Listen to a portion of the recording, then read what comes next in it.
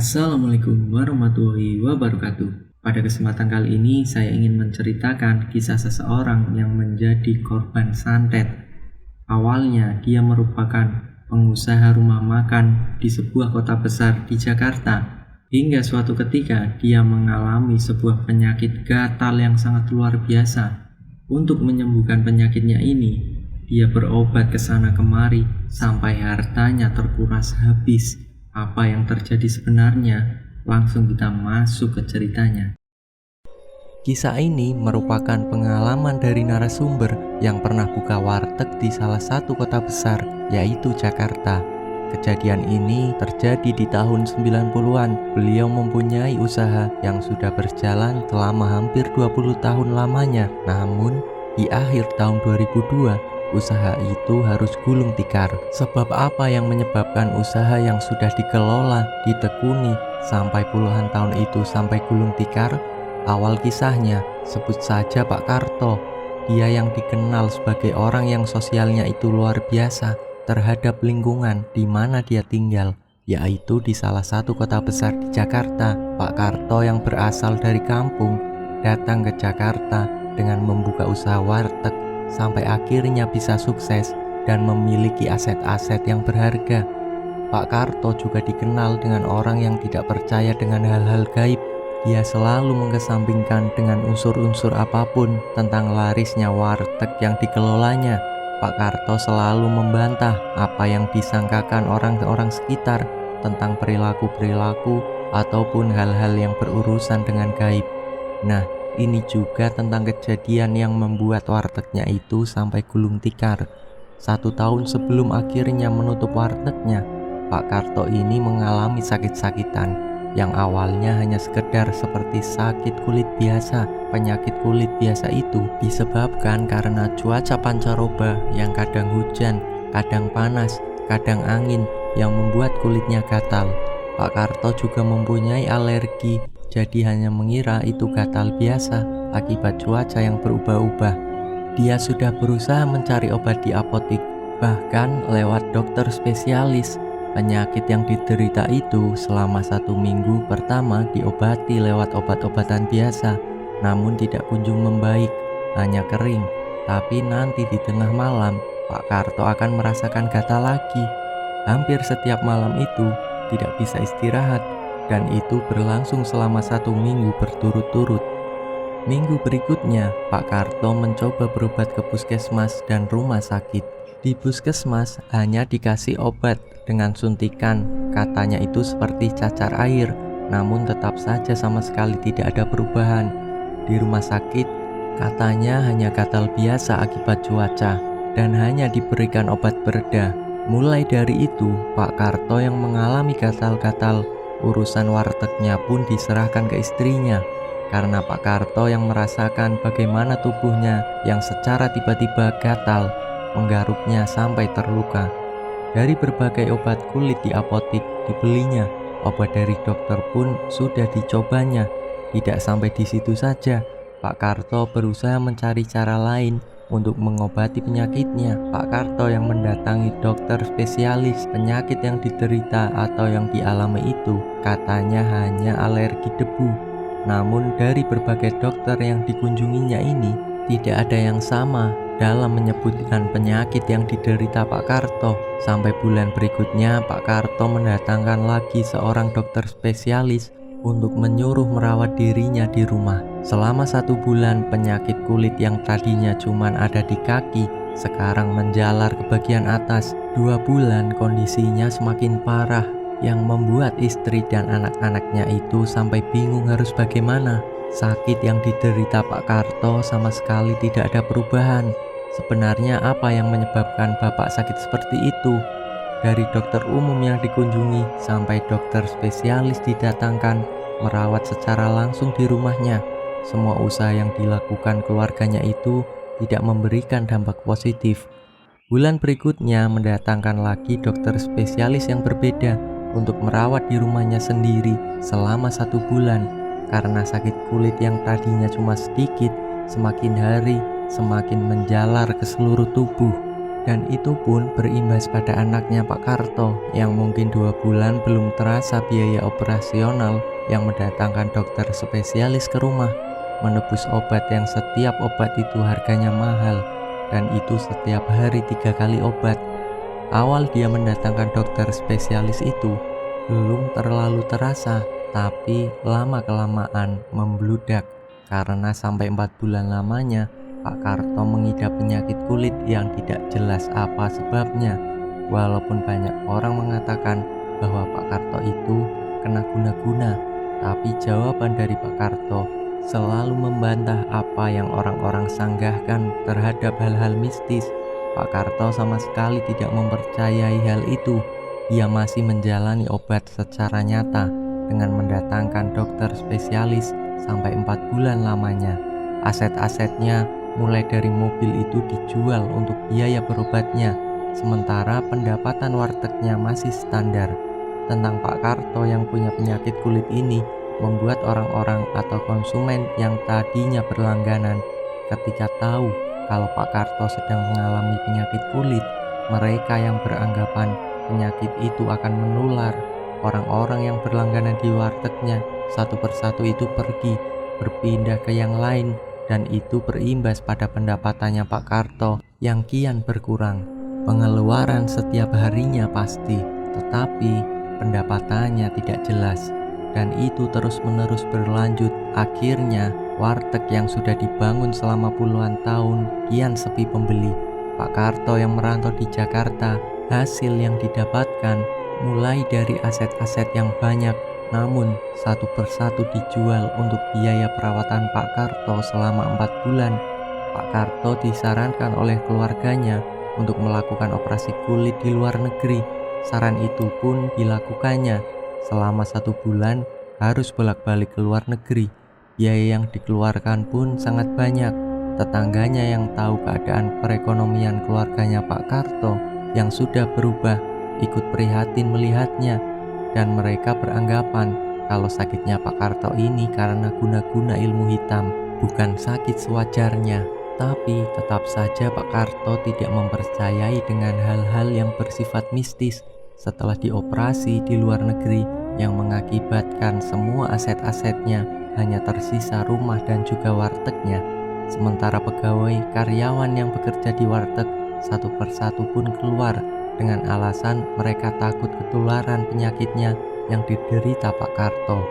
Hanya tersisa 3 pegawai saja yang gajinya pun dipotong karena pendapatannya kian berkurang. Hampir 7 bulanan warteg yang tadinya ramai dengan pembeli sekarang hanya 1, 2, 3 pelanggan yang datang, sampai akhirnya pegawainya mengundurkan diri karena gaji yang sangat pas-pasan. Setiap kali ada pegawai baru pasti hanya bertahan 1 bulan karena mengetahui keadaan Pak Karto yang mengidap penyakit kulit dengan alasan penyakit itu takut menularnya. Sampai 5 kali pergantian pegawai tidak ada yang bertahan lama. Dengan berbagai macam alasan mereka keluar. Sampai hampir 1 tahun usaha wartegnya Pak Karto semakin menyusut dan akhirnya jatuh bangkrut.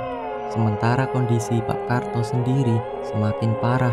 Rasa gatalnya yang setiap hari mengganggunya sampai mengeluarkan darah karena garukan yang terlalu kencang yang membuat kondisi kulitnya bertambah parah lagi. Para tetangganya pun mengucilkan Pak Karto sampai Pak Karto harus mengurungkan diri di dalam rumah. Anak dan istrinya pun menyerah dengan usaha yang dilakukannya. Biaya pengobatannya mahal, tapi tidak ada perubahan. Hidup dikucilkan oleh tetangganya dan usaha wartegnya pun bangkrut, sampai akhirnya memutuskan balik ke kampung. Di kampung inilah banyak yang menyarankan dan banyak yang mengatakan kalau penyakit yang diderita Pak Karto itu tidak wajar, dan ada satu keluarga, yaitu adik sepupunya, pernah sesekali memanggil orang pintar tanpa sepengetahuan Pak Karto karena saking sayangnya terhadap Pak Karto. Dia mencari tahu sebenarnya apa yang membuat Pak Karto itu punya penyakit kulit yang sampai berkepanjangan tidak sembuh, malah semakin parah. Adik sepupunya ini datang ke salah satu ustadz. Rumahnya ini berada di kampung sebelah. Adik sepupunya ini menceritakan tentang kondisi Pak Karto yang sakit kulit. Hasil dari praktisi ini mengatakan kalau Pak Karto ini disantet yang membuat apapun yang dia miliki dalam wujud duniawi, harta benda itu akan habis dikarenakan penyakit yang dideritanya itu tidak akan sembuh jika diobati secara medis. Di esok harinya, saat berkunjung ke rumahnya Pak Karto, adik sepupunya ini menceritakan, "Kang, sampean ini kena santet." "Hus, gak usah ngomong yang aneh-aneh kamu," kata Pak Karto. "Kalau sampean tidak percaya, apa perlu saya buktikan sampean ini kena santet?" Sanggah adik sepupunya. Penyakit kulit yang diderita sampean itu yang sudah berusaha berobat ke sana ke sini sampai aset-aset yang sampean miliki itu habis, tidak kunjung membaik juga kan? Berobat ke luar negeri, tanah dijual, mobil dijual, bahkan rumah yang ada di Jakarta pun sudah terjual. Apa sampean tidak sadar kalau penyakitnya sampean itu menghancurkan perekonomian? Semuanya terkuras habis kan? Dengan keadaan yang sama sekali tidak ada perubahan. Pak Karto mulai mendengarkan, mencerna setiap kata yang diucapkan oleh adik sepupunya ini. Dia seperti terbayang-bayang apa yang pernah dia miliki. Tapi semenjak penyakit kulit itu datang, semuanya habis begitu saja. Dan itu habis dalam waktu 1 tahun. Antara percaya dan tidak dengan adik sepupunya itu. Kalau memang benar seperti itu, tolong panggilkan praktisinya ke sini. Saya ingin tanya secara langsung, sebenarnya apa yang membuat saya seperti ini? Dan saya akan lebih percaya lagi kalau penyakit yang saya derita itu bisa sembuh. Saya akan percaya hal gaib itu ada, karena sampai sekarang saya tidak percaya dengan hal-hal mistis, ucap Pak Karto. Adik sepupunya yang merasa tertantang dengan pengakuan Pak Karto, adik sepupunya ini datang lagi ke kediamannya sang ustadz. "Pak Ustadz, saya minta tolong, kakak sepupu saya, dia itu dari dulu sampai sekarang tidak percaya dengan adanya hal gaib. Saya mohon berikan petunjuk untuk dia, agar dia percaya bahwa yang dideritanya saat ini bukan hal yang wajar, karena itu dari ilmu hitam, seperti apa yang Ustadz perkirakan kemarin."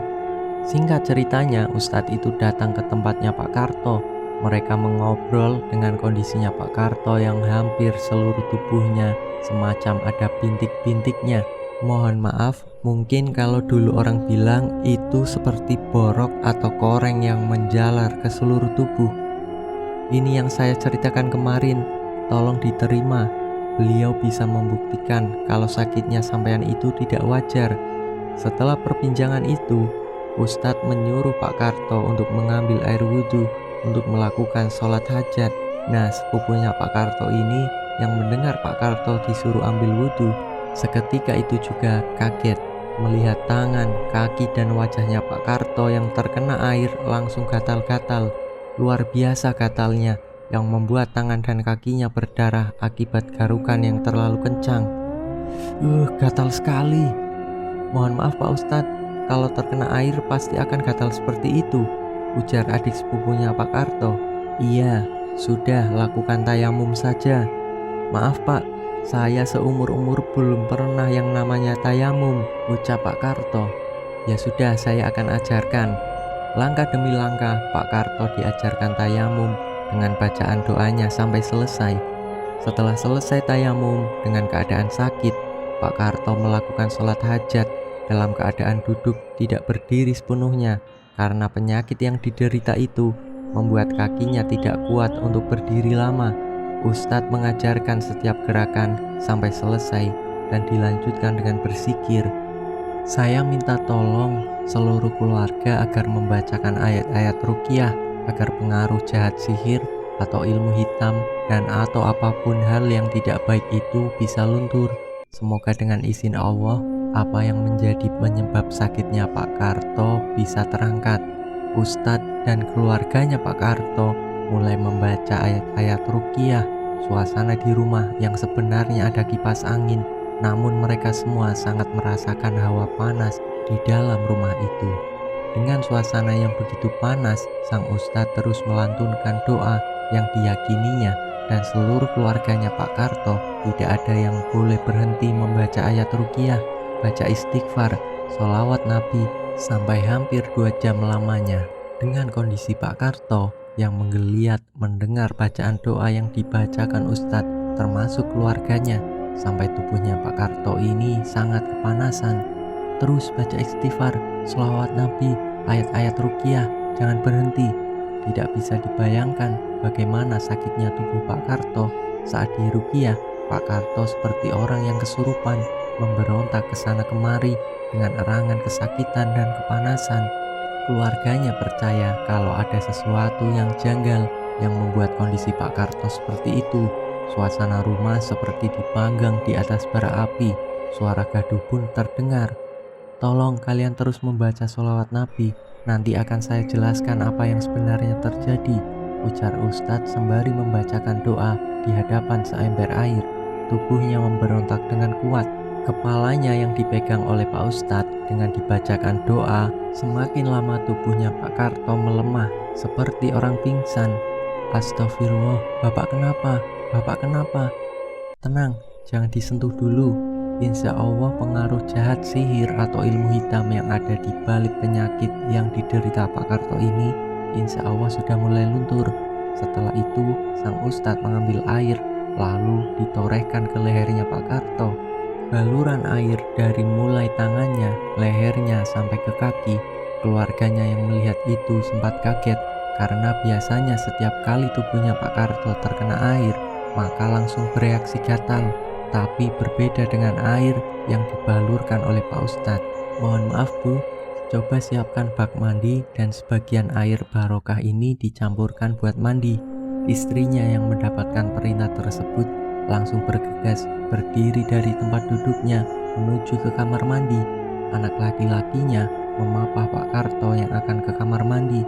Keadaan Pak Karto yang sakit-sakitan, yang lemah, yang sudah tidak bisa bergerak semaksimal mungkin dimandikan oleh anak istrinya. Pak Karto yang tahu betul kondisi fisiknya meminta istrinya untuk keluar dari kamar mandi. Biarkan Bapak mandi sendiri. Enggak Pak, Ibu akan merawat Bapak. Bagaimanapun Bapak tetap suami Ibu. Anak-anak keluar saja. Kamu keluar, tunggu saja di luar. Setelah sudah siap, air itu disiramkan ke seluruh tubuh Pak Karto. Pak Karto yang merasakan kesejukan sampai hampir 15 menit.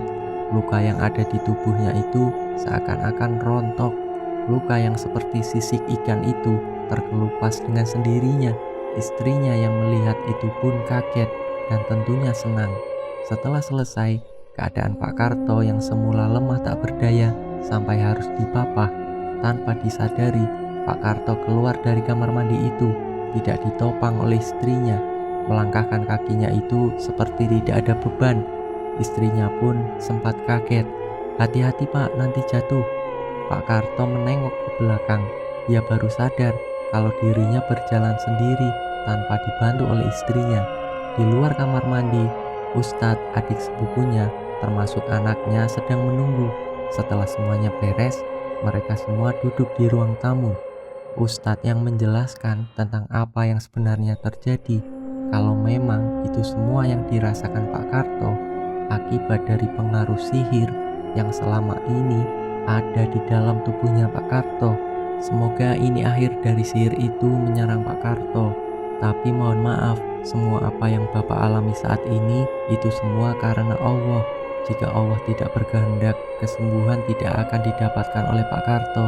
Alhamdulillah, atas izin dari Sang Kuasa, hari ini dan saat ini keadaan Pak Karto sudah membaik.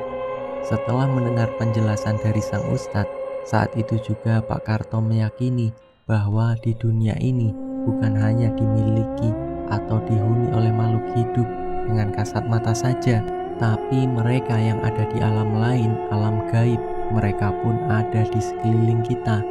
Dan ini bukti kuasa Tuhan bahwa manusia itu hidup berdampingan. Mohon maaf Pak Ustadz, apa ini semua karena ulah seseorang yang dengan sengaja mengirim penyakit ini?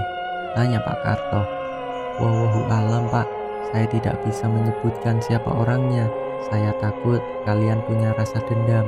Namun yang jelas orang itu tidak suka kalau warteg yang sampean bangun yang dirintis sampai puluhan tahun itu laris terus. Tapi saya berpesan sama sampean, jangan pernah ada rasa dendam, biarkan saja Tuhan yang akan membalasnya. Semenjak saat itu, Pak Karto semakin menjadi orang yang beriman, bertawakal, tawadhu, rendah hati, dan istiqomah dalam melakukan sholat 5 waktu. Dan amalan yang diajarkan oleh Ustadz itu selalu diingat, dijalankan setiap kali dia selesai melakukan sholat wajib dan sholat hajat.